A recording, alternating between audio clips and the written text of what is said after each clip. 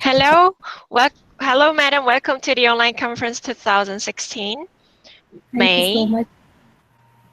Thank you for your participation and dedications. Thank you so much. Thank you so much.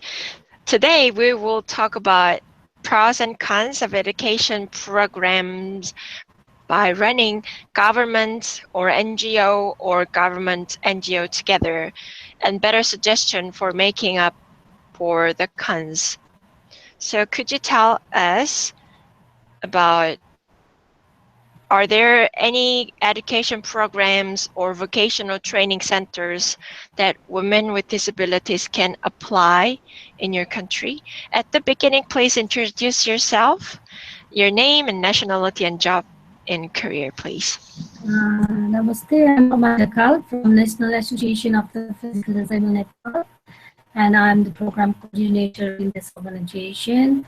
And I have worked, I have a physical disability, um, uh, uh, but I have experience about 22 years in the field of women with disability.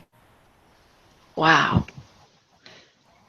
Yes, in first question, that's there is no particular school for women with disability, or there is no particular vocational center for women with disability, but there are some government vocational centers. They are giving some seats for women with disability for the vocational training or some professional trainings like that.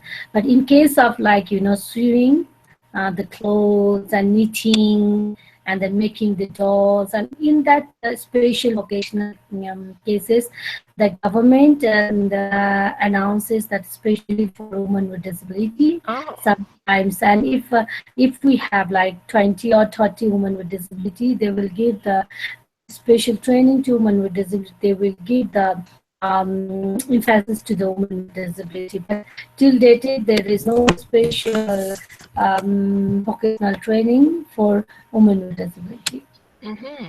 Well, that's one of the good policy for women with disabilities. Yes. So is it okay to access to there for women with disabilities? First of all, that's if people with the women with disability who are living in the urban, like in the city, they know the information and they will go and they will talk with them. But for the villages, it is very hard to get the information due to the electricity, due to the net. So it is very hard to them to get the vocational training for by the government. And some of the NGO, they are also doing handling or coordinating or supporting the government for the vocational training, and so that the villages, women with disability, they can come and they can get the training. Oh, I see. What about the wheelchair accessible environment for that? I don't think that's in the vocational training center. First of all, that the people, they don't think about that the person with disability or woman with disability can come and they can take the training like that. But now slowly they have started to talk about that, what type of training they need and what type of accessibility they need, because they asked us that when they organize the training, that nobody should be discriminated, like maybe they don't have braille, they don't have sign language interpreters, maybe they don't have a bench and the seat arrangement and all these things. So they are quite now they are learning about that things.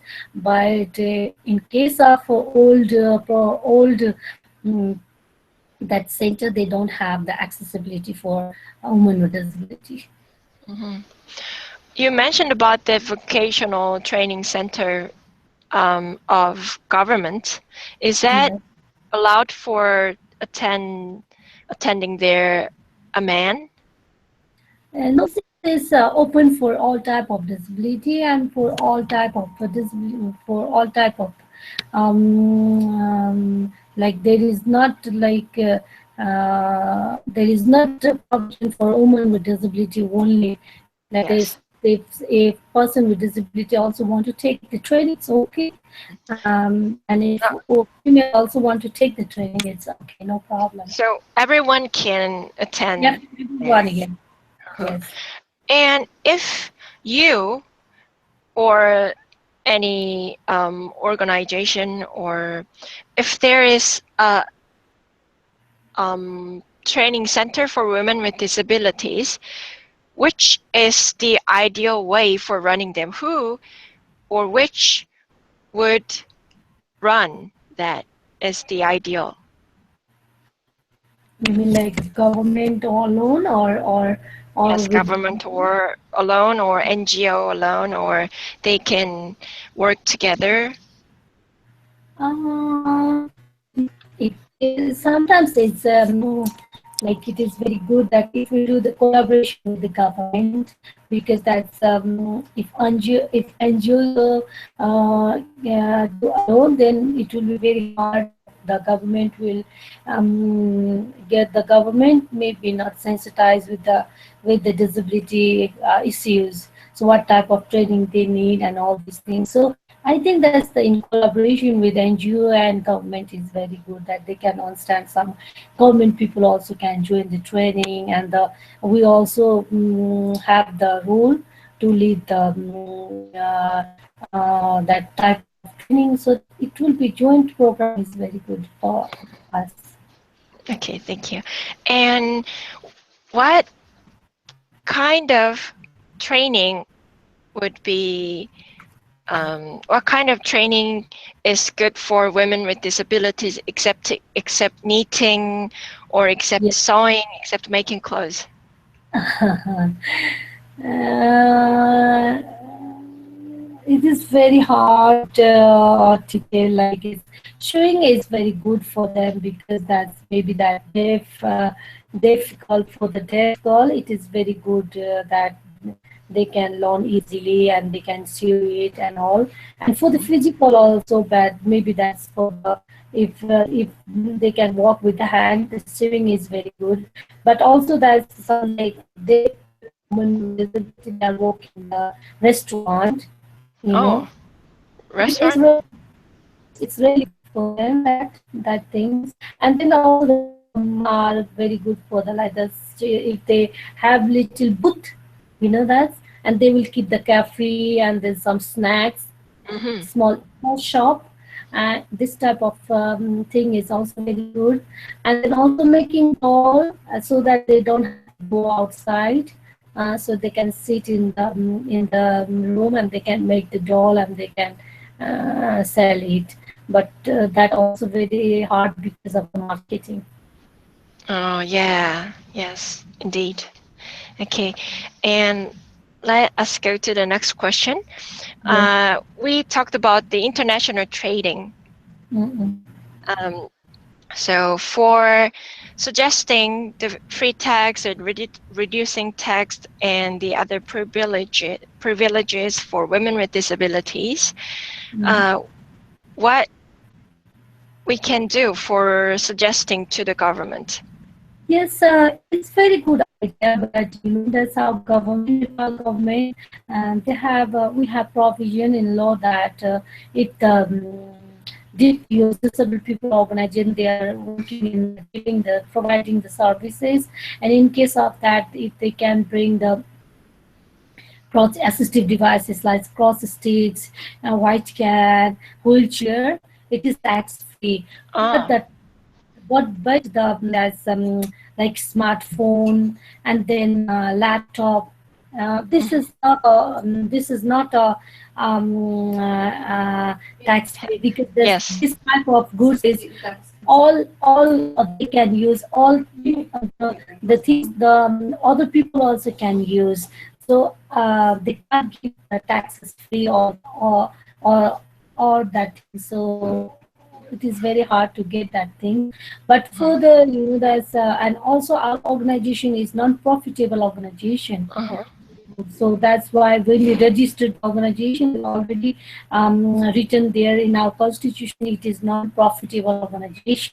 So that's why if we have to do the profitable things, then Mm-hmm. we have to take the permission from the government that we are going to benefit this type of for Uh-huh. people, disadvantages, people of Nepal. That one thing. And another thing is if we can do that, like, which I have sent to you, like handicrafts or something like that, we can do it good. Okay. Here is the concept.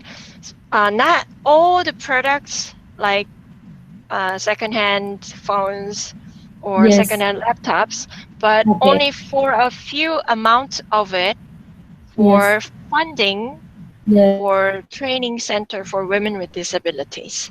Yes.